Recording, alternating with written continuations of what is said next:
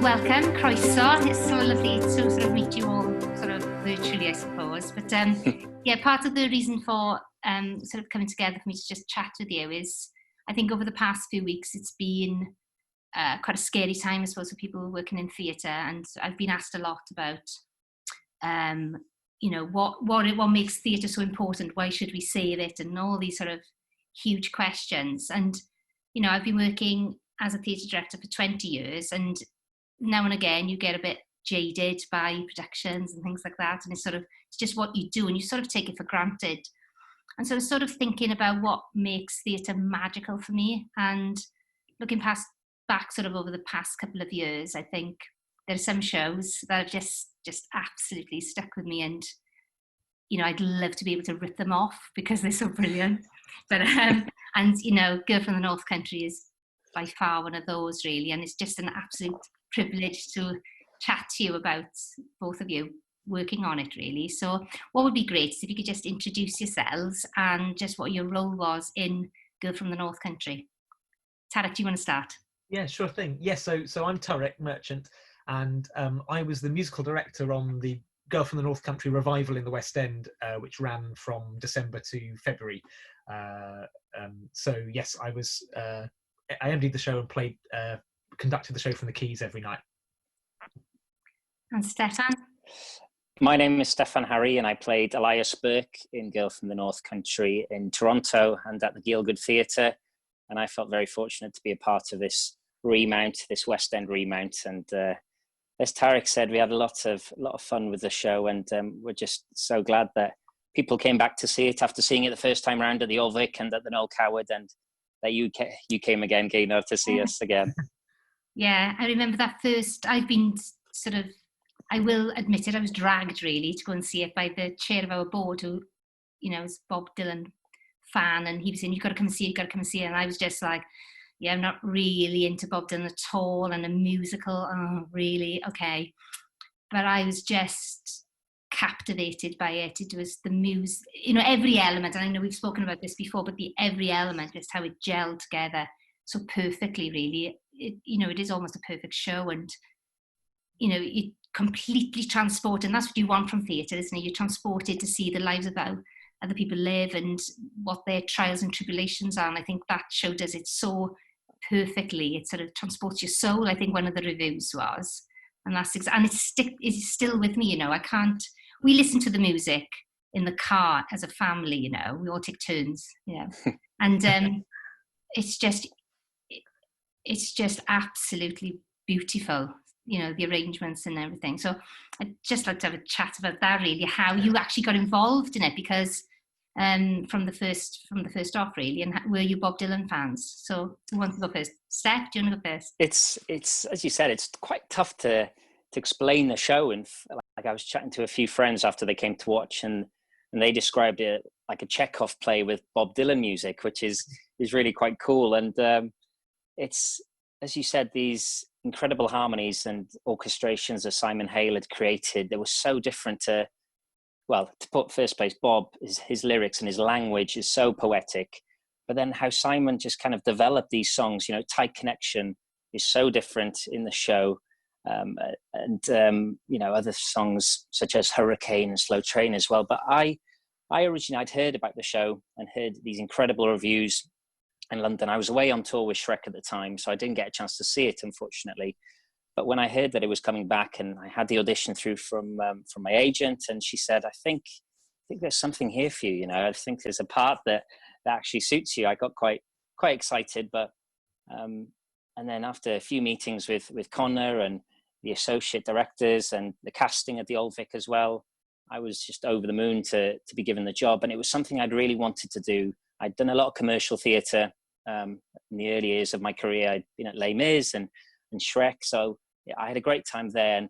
But after a while, you kind of, you know, you get told sometimes to stand on 1 and 5 and sing this line in some sort of different way, and we didn't have that at all at Girl from the North Country. It was such a creative process, which Connor led from the start, and it really gave us the freedom. And I never felt like I had to, you know, and with Tarek as well, he never made me kind of feel like I had to sing it like how Jack sang the song the last time. So it was really quite a fantastic process, and I do miss the show, and who knows, I'd love for it to come back again someday. But I hope, they just opened on Broadway as well, and they've managed to do the cast recording out there, which is quite exciting. So hopefully when all this is over, they'll get another chance to open back in New York.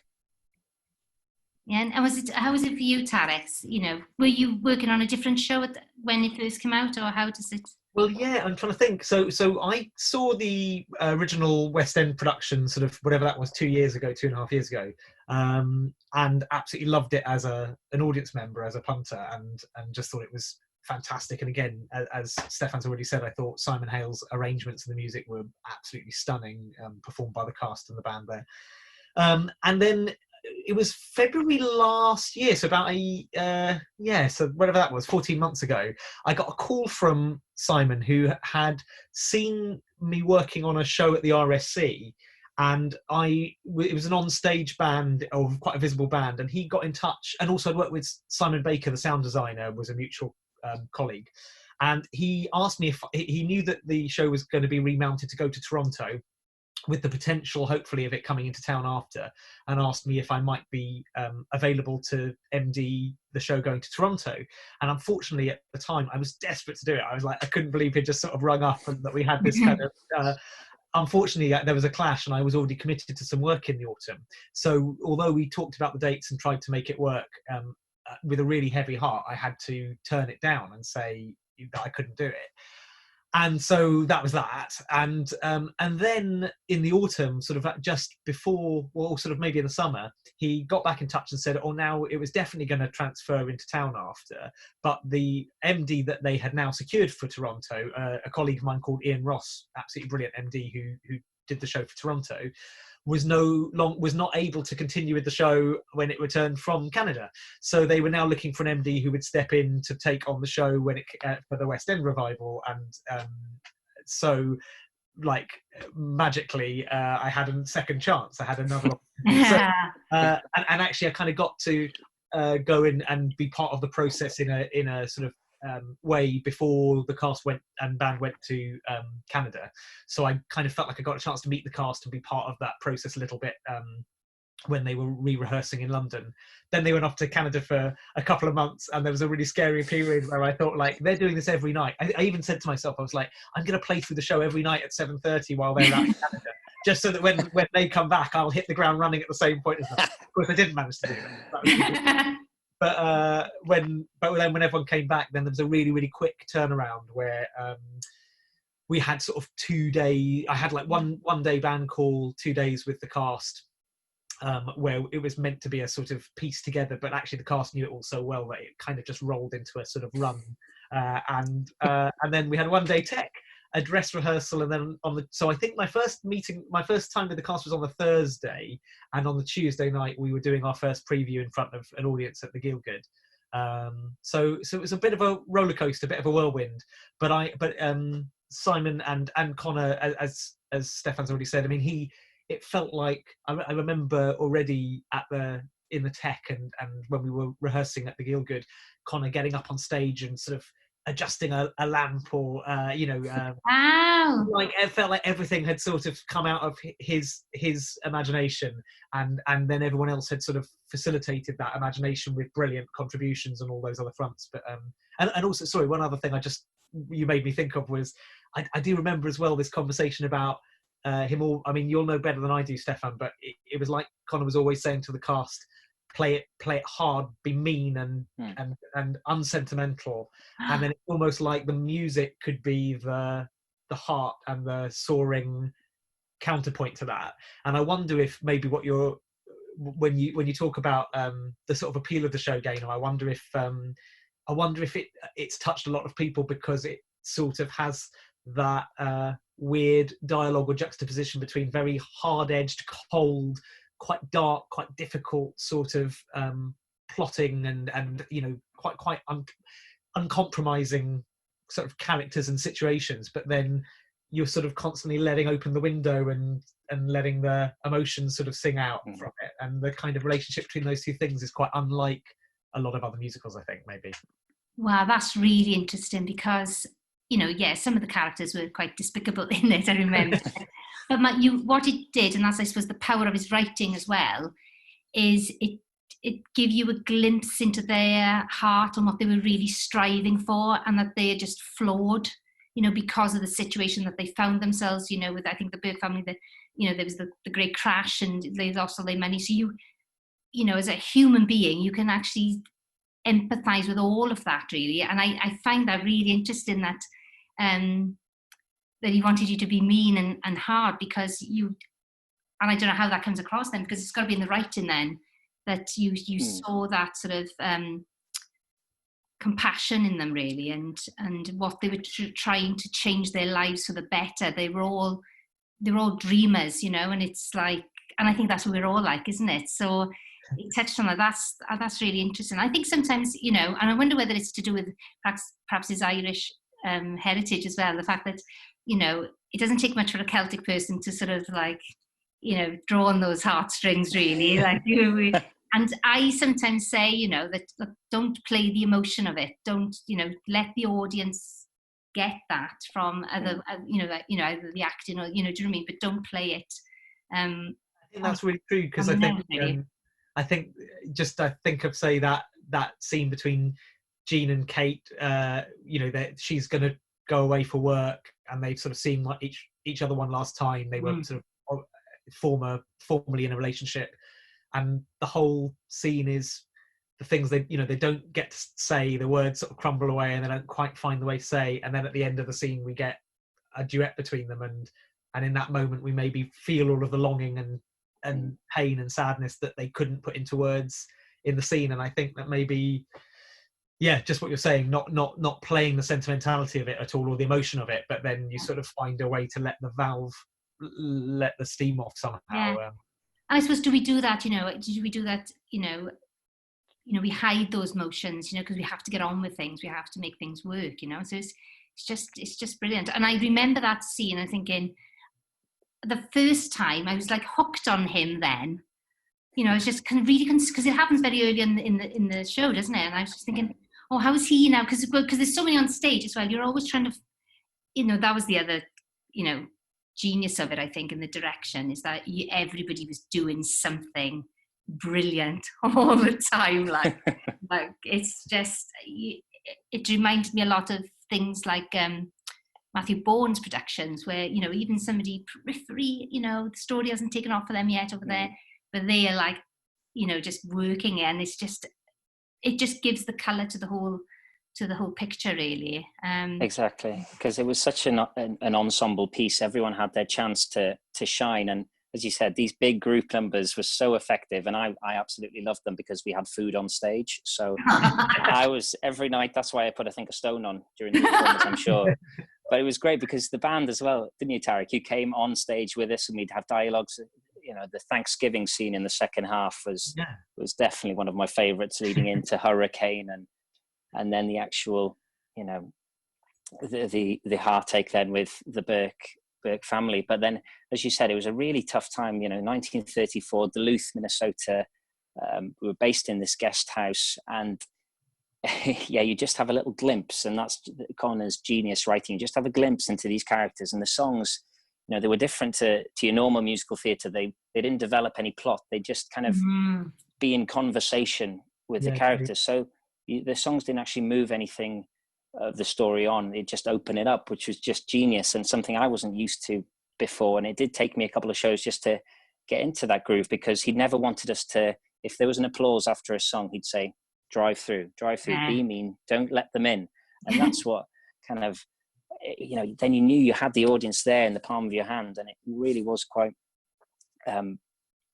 powerful to be a part of it, and to just see the emotion then at the end of the show, where you'd see these tears flooding. So it was it was really quite a special spiritual time, I think, for all of us. And as you said, like it just felt fresh again. I never felt like, oh, I have to do it like, the last cast. They didn't make us feel like that at all, which was really quite special. Yeah, because I think there was a definite distinction between the two casts that I saw, and I just found new things again. I thought, I don't remember that happening before. And I wouldn't imagine that. I think there were some set changes. I think the set looked a little bit different from what I remembered it. But this is the beauty of theatre as well, isn't it? You know, you can't quite. It's gone then, hasn't it? You know. So I was trying to, but there were some characters and some storylines that I perhaps missed, or I just got overawed with other things. Really, my focus was one place. So it was great to see it a second time because it just drew. And I think the way, I think that's interesting about you saying don't play it like the person played before. I think that was a real treat, I think. And I think that's probably why there is potential for the show to come back again, because if there's no disrespect, Steffan, but if there is a different cast, then you know they'll bring different things as well. I think that's true. I'm not saying anything. I think that's even true of the show From Night to Night, though, as well. And again, Steffan might have a view, but it feels like some musicals are. I don't mean this. This isn't a derogatory comment. I don't mean this, but you know, they're almost a machine. You know, there's a glossy machine precision about some musicals and the way they work, which means you're going to get exactly the same thing night after night delivered, and that's its beauty and its skill is that. But it felt like, I mean, maybe I'm letting myself off the hook for any discrepancies from night to night. It felt like we were letting it kind of just unravel each night again. You know, like it was sort of a breathing beast in a different way to some shows, maybe. Well, that's interesting, isn't it? Because I think one of the things, you know, when we've done shows that like we've come back after like 6 months, we've gone up with the same show, and you've got. Normally, I would probably have the same cast, and it's like, can you stop playing it like you remembered it? Right. You know, try and think of it, you know, because you know that whole thing about listening to one another and you know delivery of lines and things like that. So, you know, was that something you were aware of, Steph, when you were in it?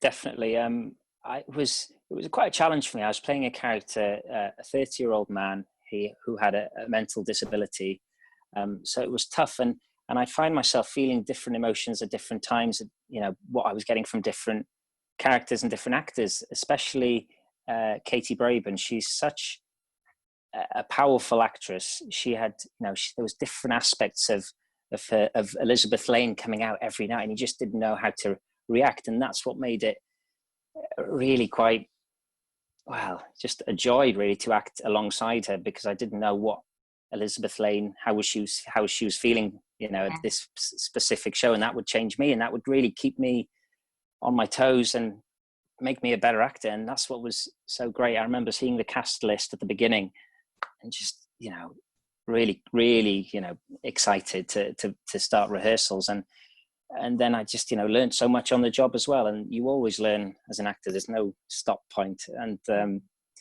yeah, every show was different. Every audience was different. And, you know, it was interesting how the Toronto audiences were different to the UK as well. And how, you know, they were really quite responsive to everything, you know, when spoiler, when Elizabeth Lane brings the gun out, you know, you could just hear the audience go, which was great. And there'd be different laughs at different times as well. So it did take us a few previews in London to adjust as well, because I think, you know, the London audiences are a little bit, you know, proper as well. And not everyone, I'm not just, but just Toronto, they just had a whale of a time.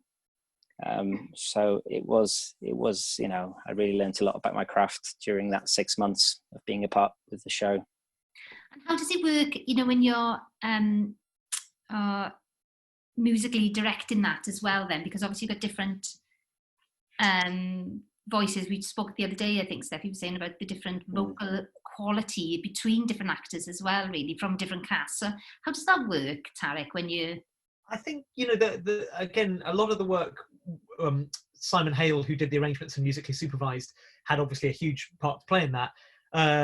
You know, there were decisions made about the keys of the songs to be right for this cast, and that meant, and actually I know some of those songs went through several different permutations of keys during rehearsals and early stages while trying to find the best one.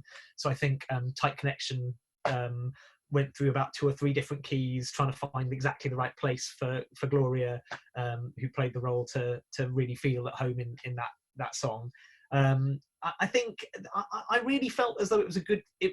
It appealed to my taste, because I think there was a real sense in which there wasn't a presumption as to what it should sound like other than what we made together, if that makes sense. So even when there was a period in town where there was quite a lot of illness in the cast and there were quite a lot of understudies going on, but again, it sort of felt like every understudy brought a fantastic, like everyone did absolutely incredible job, and there was no expectation that they should mimic in any way the way that it was the material was being delivered by the actor who did the show the rest of the time. And I don't know, I just sort of really felt like there was an honesty about that, I suppose, if that doesn't sound pretentious, that like there was the sound we make and the sound this cast makes together, and you know, some of the harmony stuff was quite, it's quite demanding to have to deliver that from all over not only all over the stage, but quite often sort of there was quite a lot of company vocals where people are going off stage, sort of maybe proceeding off stage or doing a costume change almost at the same time, or singing from the wings. And traditionally I think that's quite a challenge for a cast. You know, when you're actually together on stage, it's much easier to feel, and you know, amongst this cast, I think it's fair to say there would be performers who really felt like the vocal demands was absolutely their bag, and other performers who probably felt like it was quite a demand to step up to some of the harmony work and stuff like that. So I don't know, all I can really say is that it just felt like it was just really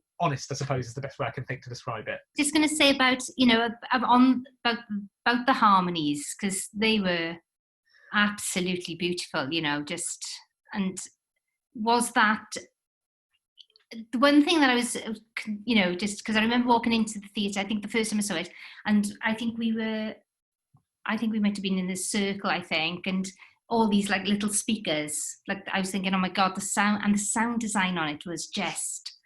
I mean, Simon Baker, who did that, and again, he worked on it from get-go when it was originally conceived at the Old Vic, and he's absolutely fantastic as well in the work he did. You know, and every venue it's been in obviously has posed a totally different demand of the show as well. You know, this is perhaps, you know, almost like the fourth, fifth venue it's performed in. It's and every time they've had to make new sort of negotiations and choices to help the cast as well. It's a very tricky, you know, I know it, again, Steffan will be able to speak more candidly about this, but you know, that it's quite hard sometimes if you can't hear what you need to hear on stage. It can be quite difficult. So because it felt very, obviously very acoustic, and like, you know, like I remember saying to Tarek when I first started speaking to Tarek about this, is that, you know, still amazed you had a drum kit down the front. Like, what mad person thought of that? You know what I mean? But it's like, so just how does the monitoring work and things with such a big ensemble as well? So it was tough because first of all, I think, just to echo what Tarek said, Simon Baker is an absolute genius, and it was the first time I'd ever worked with him, and I hope we get to work together again someday. But we had monitors on the side of the stage, there wasn't much coming from the front, so it was kind of difficult at times just to hear at some points. But what was brilliant, that we were at the Gielgud, it was so nice that the audience was so close to us. And I think if it was in a bigger space, it might not have worked as well, because it just felt like the audience were really in the living room. Really, they were on top of us. So at least we did get kind of, you know, there wasn't much echo out in the audience when we were singing, so it was nice and compact. But yeah, so we had the monitors on the side of the set, and as I said, not much coming up from the front, but we didn't have that many problems. Different actors have different problems at different times, but you know, I as I said, I enjoyed every performance we did there, and it was great that we had instruments from that time as well. It really did make it feel quite unique, and we had some of the band came back from you know, they were a part of it at the Old Vic as well, so there was a real groove there, and it was we were lucky to be led by yourself, Tarek, and you know, Simon. You know, I had a chat, Simon Hale, Zoom. We had a Zoom or like a WhatsApp video call the other night, and he was just so chuffed that they managed to do the Broadway cast recording in time. It was about 2 days before lockdown that they've finalized that, so that's really quite exciting and should come out in the next couple of weeks. So yeah, I'm looking forward to listening to it and see what the American cast have done with it, really. can I talk, Steffan, a little bit about your solo in that? Because that is an astonishing piece of singing, and just can you, because I think it's funny because I don't act, so but I always like what just I'd love to be sort of in the head of an actor when they're just about what are you thinking about? What are you thinking about? Yeah. You might just before that, knowing that that's coming, what goes through your mind like? I don't want to spook you like. No, it was to be honest, it was quite daunting to begin with. I remember singing the material, so it was Duquesne Whistle to people who know Bob Dylan's song, and it was a lot higher than what Bob sang it. So I remember working with my fantastic singing teacher Sam Kenyon on the material before the show and before the auditions, and we had many lessons just drilling it because there's a lot of kind of A's, and it really is quite demanding, and it just keeps going higher, and we change keys, and it was quite nice. I had a nice little break just before the number in the show, so I could after Thanksgiving I had about 10 minutes where I could just get into the suit and just have a bit of water. But I really did have to look after my voice, and that's that's what actors we have to take care of ourselves and be careful. And I had done a lot of work prior with Sam Kenyon and then with Tarek and Ian, making sure that it was set in correctly, my voice, and it was a joy to sing every night. Yeah, you'd probably hear me sirening, and my fiance would say, "Why are you sirening at 2:00 in the morning?" No, it didn't happen. But it was it was a joy to sing, and it would just come out of nowhere, wouldn't it? And I was in this incredible white suit, and it was Elias kind of singing, at Heaven's Gates, really, and it was another spoiler again, but no, it was a joy to sing every night. But I did have to make sure. What Steffan's not saying is, from where I was sat at the piano, is that like I could always see Steffan in the wing, and he wasn't always Daniel Day-Lewis about it. I think it's fair to say, I don't know. I think you stepped up to it always with a sense of it's kind of performance as well, if that makes sense. Not just sort of like that was a very sort of difficult moment dramatically or emotionally. Like I felt like you always, there was always a performative element to coming on, which was sort of really brilliant and launched you to this sort of a cappella top. Yeah, it's quite a gospel number, and the song before it is Hurricane, which was such a groove. Yeah. So I'd be singing, everyone would be on stage, and I'd be the only one off stage singing BVs. So I'd really get quite involved in it, and it was good because you kind of I had to hit the song in the right place after such quite an emotional scene as well. So it was nice just to see Tarek in my side view, just to keep him company as well. And how much do you depend on Tarek in that show? Do you know what I mean? Is it because I can cover my ears if you want to? So no, it was.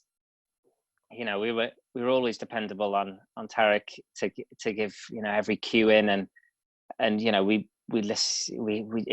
was so great to be a part, to have the band with us on stage at all time as well. We felt as one. But at the start of that song, I have to start a cappella, so I'd have the panpipe at the side of the stage, and I always have nightmares that someone had changed it just like a semitone higher, because you could just change it, and I didn't usually check. I just thought it would be on the same note every night, and luckily we didn't have any car crashes, did we, Tarek? Never, not one, no. And then there'd be a moment where I just have to take a big in-breath for Tarek to come to join. Right. At the... And yeah, we didn't have any car crashes, did we? Touch wood. Everything went to plan. And you talk about Hurricane there and the groove that had and everything, but have you got, both of you now, a favourite song and a favourite moment from the show? I think my favourite number was Jokerman reprise at the end of the second half, when the women were all around the mic, and it was just a powerful portrait as well, and just the harmonies in that number I really did love. I loved listening to that one every time. I don't know. I reckon there was always a bit after Duquesne, in that sequence that runs from Duquesne Whistle, when we transfer into Seigneur, the sort of next moment in it. There was something about it's quite a kind of, there was just, I remember lots of the men gathered near me all doing their BVs, and there was just like one of those verses they all do a really epic R, or the whole cast is sort of going for it with these backing vocals, and it just feeling like, I don't know, like Shawshank in the rain or something. I don't know, there was something kind of really like wearing your heart on your sleeve, just sort of really guttural and full-bodied. And I always remember thinking that because I felt like the rhythm of I mean, I would say this, but I suppose the sort of rhythm of the kind of contour of it, the roller coaster of it, was so well worked out that you could, you'd go from these really upbeat swinging moments to something really broad and powerful, and then something really tender, and it just felt like an incredible sort of downward roller coaster at that point, I felt. And I used to love that bit every night, I think. Yeah. Wow. Can I just talk a little bit, like we've talked, it's lovely to have the insight to such a fantastic show. But how do you feel as music director, as an actor, singer, being, what does it mean to you to be on a West End stage? Do you want to answer that first, Tarek? That's a good question. I don't know. I think I don't know if I've thought of it as different to other stages. I know that's sort of going to sound a bit sort of, not believable or something, but I think the process one goes through in oneself is sort of the same. It's more varied by the production or the project, rather than by the sort of platform perhaps that project sits in. So I sort of feel like I would have had the same relationship to the material whether we were touring with it, or we were at the Gielgud, or we were at a different venue, or we were still back at the Old Vic, or I sort of have, I think you're aware, like when you're in those buildings, I suppose you're aware they've got all of the old posters and photos backstage and in the vestibules and stuff front of house. I think you're aware of being part of a sort of heritage of theatre performance, and particularly perhaps prior to lockdown, this sort of very vibrant sort of almost community of musicals and things that are performing every single night. So at any given time, at 7:30 every night, all of those scores are all playing out across the West End. I think that's a really lovely feeling.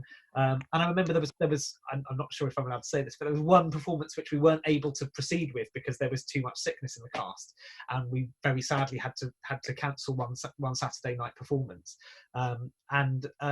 I remember looking at the auditorium empty at 7:30 that night and sort of just going, this feels so wrong. It feels like the silence in that auditorium at that point felt so strange. And then to now think everything that's happened since, and how much silence has rung out in these venues is I find that kind of heartbreaking in a way, but I think so sorry, that's a sort of long-winded answer, but I think one's aware of feeling the fabric of what the West End is, but I feel like maybe the process one goes through in terms of one's own performance is no dissimilar there to wherever that performance should take place. Yeah, that's a fantastic answer, Tarek, and I feel exactly the same. I've been fortunate to have the opportunity to perform probably in about 40 venues over the UK and Ireland. The Millennium Centre, for me being a Welsh lad, it was such a great opportunity, and one I'll never forget. But being a part of that family in the West End and going up at 7:30, it is quite special. And the Gielgud Theatre was always one of those theatres. I remember going, the first show I saw after moving to London to go to drama school in 2010 was Hair at the Gielgud Theatre, and I took a photo outside, and I never take a photo outside, against one of the posters, and by Gavin Creel, and it was just so bizarre. 10 years on to that date, I was on the poster outside with Gil from the North Country, and it was one of those theatres that I really wanted to perform at, and to be given the opportunity was great. But there's so many brilliant theatres in the UK, and so many brilliant theatre companies. It's, you know, the people sometimes think, oh, the West End is the, you know, is number one, but there's so many great theatres around, and it's really quite special. I really want to do some more regional theatres as well. You know, the Daniel Evans at Chichester is somewhere I really want to work, and, you know, Sheffield Crucible, and there are so many great theatres, you know, and theatre companies in Wales as well. So I've had the opportunity to perform about Theatr Genedlaethol Cymru, which is just one from many theatres we have and theatre companies we have in Wales. So yes, it was a great feeling to be back performing in London and being alongside friends, but just to be on stage and to be a part of something with substance was more important for me, I think. It might be just to sort of follow. Sorry, rambling. Just to follow. I think that's really relevant to what's going on at the moment with in terms of what happens in terms of art subsidy or this sort of rescue package for theatre. Because as Steffan's saying, you know, in a way, the flow of talent it runs through the lifeblood of theatre up and down the country, and you'll find the same performers who you're seeing in one show in the West End will be the next time you see them, they'll be working on a new musical for a theatre, for a local theatre that's out of London, or, you know, or you'll see them on TV, or you'll see them, you know, and actually, in a way, however it's packaged, whether it's sort of packaged like a West End show or packaged like a Netflix or whatever, but it's actually, it feels like it's the same flow of talent back and forth, and that actually that needs protecting, I think. Yeah, I think you're right. I think that's the thing. It is that fluidity of it all, really, of the talent. Well, that's been absolutely brilliant. So, you know, I'm just so pleased I got to speak to you. And I know it's like it's weird, isn't it? We're in this pandemic, but I think it's through the pandemic that we've actually connected really over Twitter. So it's been brilliant. And you know, like Steph, we worked together like 2003. 2003. We have photographs. But yeah, so it's just been brilliant just to reconnect with you, Steph, and also to meet you properly, Tarek. Really, it's been fantastic, and you know, just giving an insight into like easily one of my favourite shows ever, really, and not because I work in theatre, but because of the story that it told and the way it was told. Really, it was just phenomenal. I just hope it does come back so I can take the rest of my family to see it. I do have to, and for fear of not saying it, I do have to just say a huge call out to Don Richardson, Charlie Brown and Pete Callard, who were the three original band members from do the West End Revival, and they knew the show much better than I did, so I can't let this chat go without saying a big call out and thanks to them too. That's all. It's brilliant. Well, thank you very much. I hope we do keep in touch, and you know, all the best for the future. Thank you very much. Yeah.